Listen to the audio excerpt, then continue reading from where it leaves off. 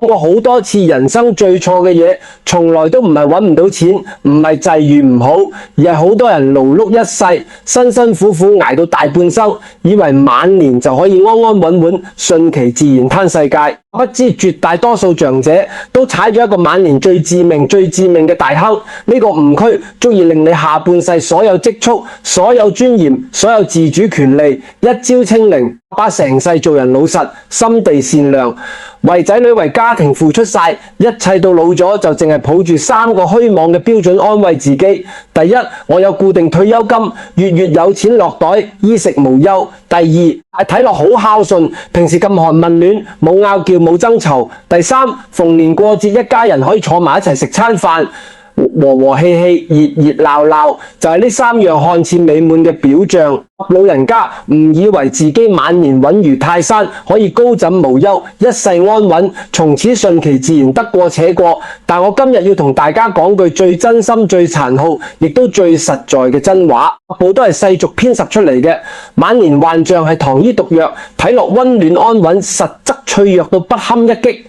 一旦遇到風浪，即刻碎得鐵底。我哋不妨認真拷問下自己，逃避唔好自欺欺人。如果聽日突然一場意外、一場急病，令你手腳唔聽，使冚大腦唔再清醒，講唔到嘢，表達唔到自己意願，鐵底失去自我掌控能力，到嗰個時候，你做主自己嘅人生，主宰自己嘅晚年嗎？好多人口中嘅順其自然，喺冇任何準備、冇任何後手、冇任何兜底方案嘅前提下，根本就唔係豁達，唔係隨緣裸裸嘅任人宰割。你將自己晚年最後嘅體面、最後嘅尊嚴、最後嘅選擇權白白交俾身邊人，甚至交俾你疼到大嘅仔女，佢哋嘅良心、耐性、心情同人品去主宰、去考驗、去決定你下半世嘅生死榮辱。呢個賭注太大，大到根本輸唔起，偏偏9成9嘅老人家都義無反顧咁做咗落去。晚年最大嘅悲哀，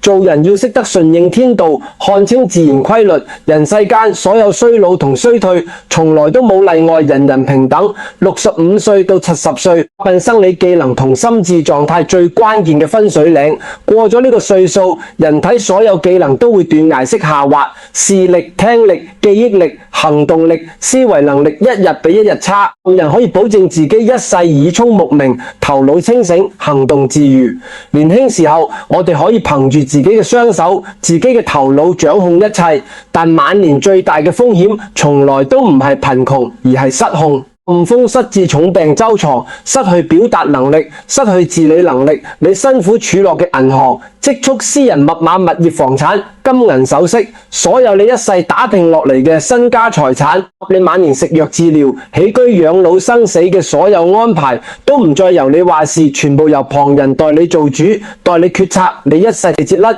甩，一世拼搏，一世為家人付出，後嚟連自己點樣養老、點樣離世都冇話語權。呢種先係真正嘅晚景能量。所以我再三鄭重警告所有中老年朋友，你手腳仲靈活，頭腦仲清醒，思維仲通透，仲可以自主決定自己人生，千祈唔好偷懶，唔好倒行，唔好拖延，一定要避開所有人，避開仔女，避開親戚朋友。好2件人生終極保命符，呢2件事唔係迷信，唔係多餘，唔係涼薄，係成年人晚年最高級嘅自保智慧，係你守住餘生體面，守住人生主動權嘅最後2道防線。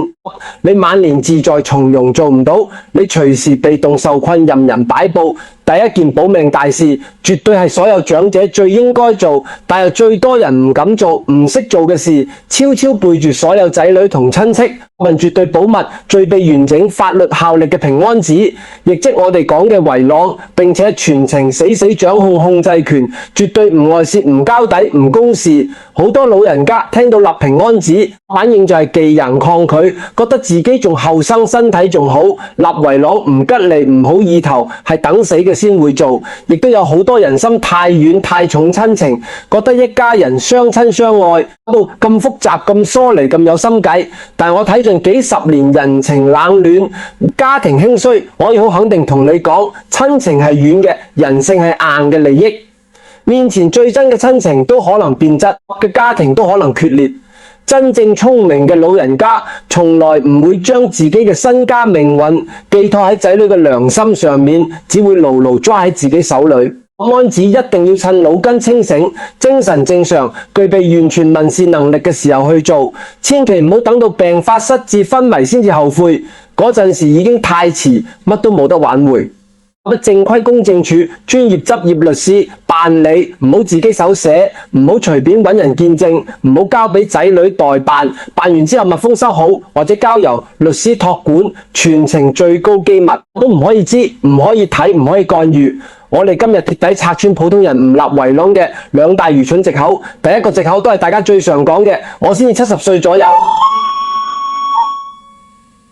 身體好好，唔得立圍籠太早，好唔吉利。我同你講，人生最大嘅無常就係意外從來唔會提前打招呼，明天同意外，永遠唔知邊個先到，衰佬可以預見。緊突發重病、交通意外，從來都冇分年齡，冇分身體好壞。所謂嘅吉利，從來都唔係掩耳盜人、逃避現實，而係有備無患、遇事不慌。真正嘅唔吉利，無準備就然離世，留低一大堆財產糾紛，令到原本和睦嘅仔女為咗你嘅身家反目成仇。兄弟屈長你死後，靈堂都唔安寧，先至係最大嘅晦氣。及早立平安紙，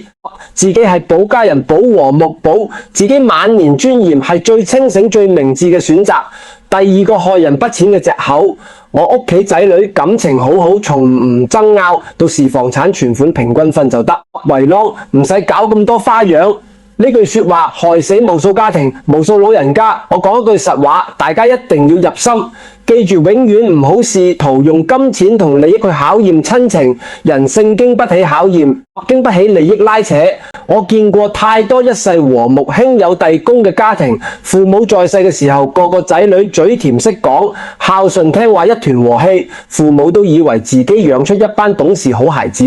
父母意外離世，冇留低任何遺約，冇明確財產分配，成個屋企即刻變天。為咗區幾百萬物業、幾十萬存款，甚至係老人家生前戴過嘅首飾、用過嘅舊家具，零碎細軟，兄弟姊妹可以即刻撕破面皮，互訴不是吵鬧打鬥對簿公堂，幾十年手足之情一朝斬斷，親情鐵底清零，家族顏面多言無存。呢啲真實案例日日喺社會上演。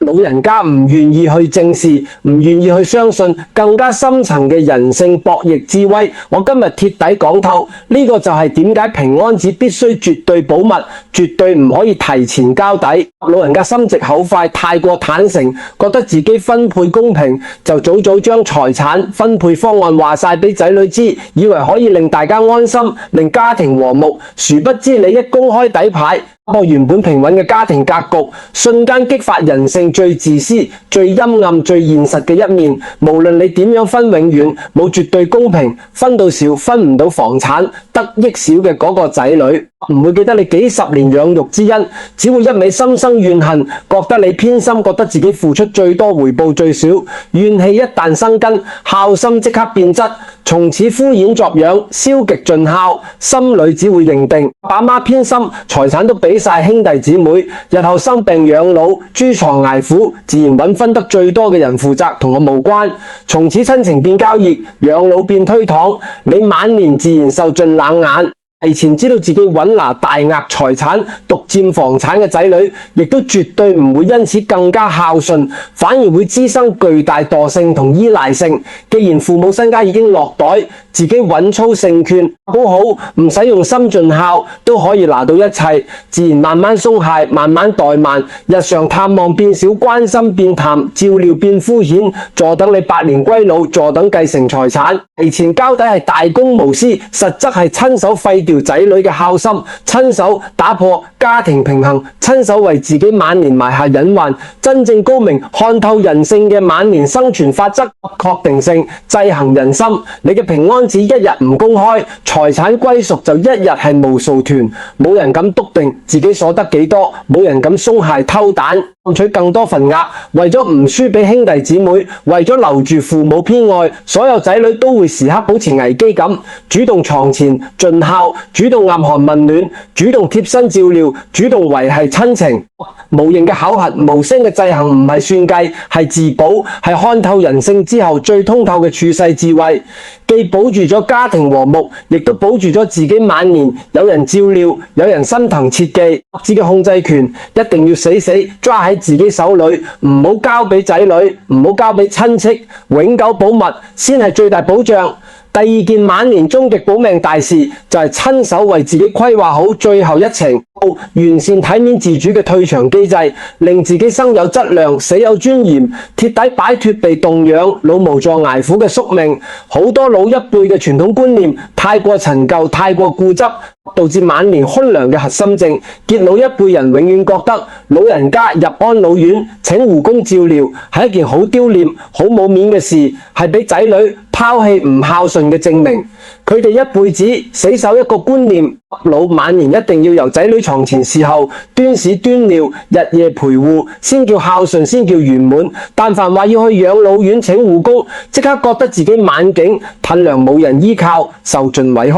永遠殘酷。我哋必須直面血肉之軀嘅極限同現代社會嘅真實壓力。一旦人老咗，遭遇中風、合瘡猛，重度失智、重疾纏身，徹底失去生活自理能力，24小時不間斷貼身照料，定時翻身、拍背、擦身、清理大小便、餵飯餵藥，日夜值守。呢一份工作極度消耗體力，透支精神，磨快內心。專業護工都難以長年承受，更何況係普通打工嘅中年仔女。而家中年人嘅壓力根本係普通人難以想象。職場裁員潮年年，有工作內卷嚴重，日日加班熬夜，細路升學壓校，功課補習，生活起居，仲有逢太車太日常開支人情往來，層層壓力壓身。佢哋自身早已身心俱疲，分身乏術，冇多餘精力冇足，夠耐心長年累月貼身照顧豬床老人。世人常講究病床前無孝子，呢句說話從來都唔係話仔女天性涼薄冇孝心，而係道出最真實嘅人性真相。順嘅仔女都係血肉之軀，會攰會煩會崩潰，會心態炸裂，長年累月面對枯燥壓抑、急亂立碎嘅養老照料，日日面對親人病痛執床嘅無養，同孝心都會慢慢被消磨殆盡，取而代之嘅係疲倦煩躁、焦慮同怨氣。老人家日日胎床受罪，睇住仔女滿面倦容、滿心怨氣，心裏充滿愧疚自責，心亦亦毫無尊嚴。仔女日日操勞受累，身心俱疲，功能崩潰，隨時陷入情緒內耗，最後就演變成全家壓抑，日日爭吵，親情疏離，兩敗俱傷，盲目依賴仔女養老，冇提前規劃退場機制嘅必然結局。真正通透嘅晚年智慧係徹底扭轉陳舊觀念，自救自保，提前佈局。首先一定要喺自己積蓄當中出一筆專屬養老護工基金，專款專用，獨立封存，任何人都唔可以動用，唔可以挪用，唔可以借用呢筆錢，唯一用途做自我醫療護理，聘請金牌護工入住高端安老院，專門為自己晚年失能失智水床做好兜底準備，趁自己仲清醒仲有能力地走訪，認真得選口碑優良、環境舒適、護理專業、服務貼心嘅高端安老院，提前對接靠譜資深護工打好基礎，留好後路。呢個做法最大嘅好處，只係令自己晚年有人專業照料，幹淨體面，唔使捱苦，更加係徹底解放仔女，保存親情。你唔使將自己沉重嘅養老枷鎖套喺仔女身上，拖累佢哋嘅生活，唔使摧毀佢哋嘅人生，冇咗日夜陪護嘅繁重壓力，冇咗零碎壓抑嘅照料負擔。仔女週末得閒過嚟探望你，住輕鬆嘅心情，帶住真心嘅關懷，帶住鮮花同笑意，同你交話家常，溫馨相聚。呢個時候嘅見面，先係純粹嘅親情陪伴，冇疲練，冇怨氣，冇壓抑，人永遠和和氣氣，溫情滿滿。如果一味捆啃仔女養老，最後只會親情變質地彼此折磨。呢個道理，所有長者都要徹底睇透。除咗專款專用嘅養老基金，退場機制最關鍵嘅一步就係喺神志清醒、思維正常嘅時候，主動簽署預設醫療指示，亦都係大家講嘅臨終醫療意願書。好多人誤解呢份文件，暗處就係放棄治療、放棄生命、消極等死。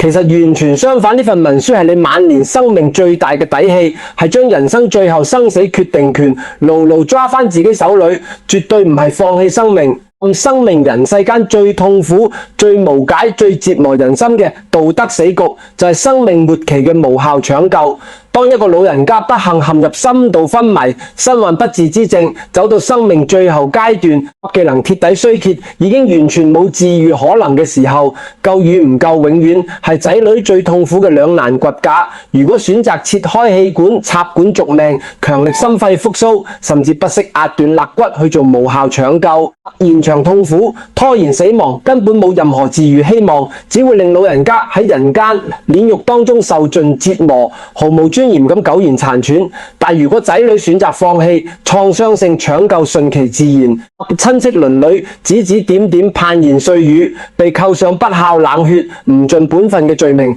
一世活喺自責同非議當中，永遠無法釋懷。無論點樣選都係錯，無論點樣做都係煎熬。目前簽署預設醫療指示就可以徹底打破呢個無解嘅道德困局，幫自己留尊嚴，幫仔女解心結。你喺清醒清通透嘅時候，白紙黑字寫清楚。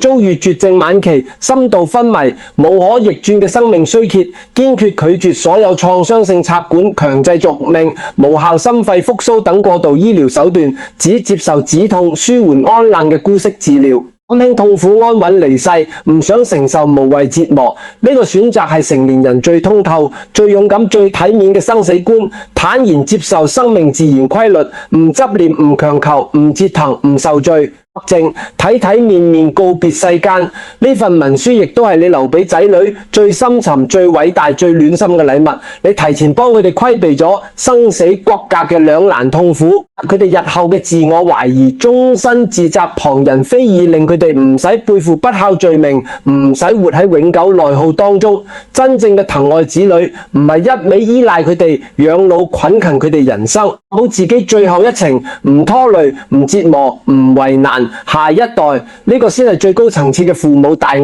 我哋總結返人生晚年兩大終極保命符。第一，背住所有人秘密訂立合法平安紙，牢牢掌控財產底牌，用人性制衡守住家庭和睦同晚年盡孝。第二，提前建立專屬養老基金，安排專業養老退路，簽署臨終醫療意願，建完整退場機制，守住自己生命最後尊嚴同自主權。呢兩件事冇一件係多餘，冇一件係迷信，全部都係看透人情、看透人性、看透生死嘅頂級晚年生存智慧。我哋切迫切呼籲每一位中老年朋友，人生冇得重來晚年，冇得後悔，千祈唔好拖延，唔好擺幸，唔好觀望，好似伶俐，仲可以寫字簽名，仲頭腦清醒，仲可以自主決策，即刻同老伴好好商量，認真規劃，揾靠譜嘅公證處、專業律師，踏踏實實辦好呢兩件終身大事。中風失智、珠床不起、身不由己嘅時候，先至悔恨，嗰陣時大勢已去，一切都太遲。當你真正辦妥呢兩件事，你就會發現壓喺心頭幾十年嘅大石瞬間落地，裏顧慮擔憂不安一掃而空。從今以後，無論未來風雨變幻、世事無常、人生遭遇任何變故，你都已經做好萬全準備，鋪路所有兜底。老唔使怕病，唔使怕無人照料，唔使怕身後紛爭，唔使怕尊嚴盡失。往後餘生嘅每一日都係上天贈俾你嘅額外福氣，你可以徹底放下執念，放下牽掛，放下擔憂，所欲飲茶出遊，散步交友，享受生真正過上無憂無慮、無牽無掛、自在從容嘅神仙。晚年做人一世前半生，我哋為生活奔波，為家庭操勞，為子女付出，不由己，負從前行。大半世人都係為別人而活，唯獨後半生一定要為自己而活，為體面而活，為從容而活。晚年最大嘅成功，幾豐厚，地位幾顯赫，仔女幾出色，而係你可以完全掌控自己嘅人生，生前體面安穩，自在無憂，死後乾淨利落。唔要家人，好多人一世聰明，一世精打細算，連最關鍵嘅佈局糊裏糊塗，順其自然，最後辛苦一世，晚景艱涼，實在可惜。真正嘅人生智慧，從來都係未雨入通，主動掌控，提前佈局，而不是被動等待任人擺佈。咁其自然絕對唔係兩手空空毫無準備嘅躺平，而係萬事周全、胸有成竹之後嘅從容隨緣。希望每一位看到呢篇分享嘅朋友都可以徹底醒悟，打破世俗嘅晚年幻象，看人性真相，看透生死規律，做好人生兜底。亦都希望大家可以點讚、訂閱、轉發，將呢段最真心、最實用、最通透嘅晚年智慧分享俾自己最信任嘅老伴、老友、家人，咁長者可以避開晚年誤區，守住自己嘅尊嚴同福氣。願天下所有老人家都可以生前清靜安康，衣食無憂，有人疼惜，生死從容淡定，無牽無掛，體面收官，累歲平安，晚年圓滿。